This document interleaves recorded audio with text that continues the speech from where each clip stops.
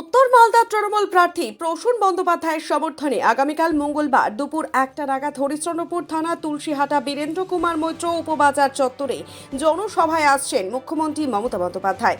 ইতিমধ্যেই হেলিপ্যাড তৈরির কাজ শেষ হয়েছে, জোরদার চলছে সভা মঞ্চ এবং প্যান্ডেল তৈরির কাজ।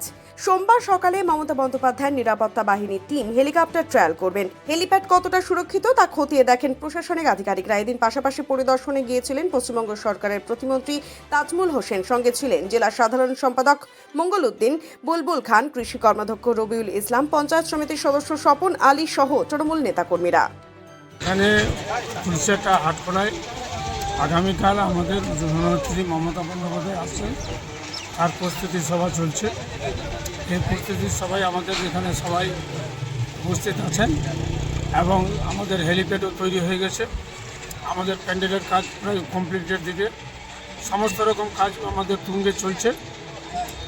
যুদ্ধকালীন পরিস্থিতির উপর কাজগুলো চলছে। আগামীকাল বেলা 1টার সময় আমাদের দিদি, আমাদের সর্বশ্রেষ্ঠ নেত্রী, তিনি আসছেন। তিনাকে দেখার জন্য লোক আতঙ্কিত হয়ে আছে যে তিনি আসলেই পরে আমার লোকে এখানে লোকে লোকারণ্য হয়ে যাবে, এই আশা আমরা রাখছি।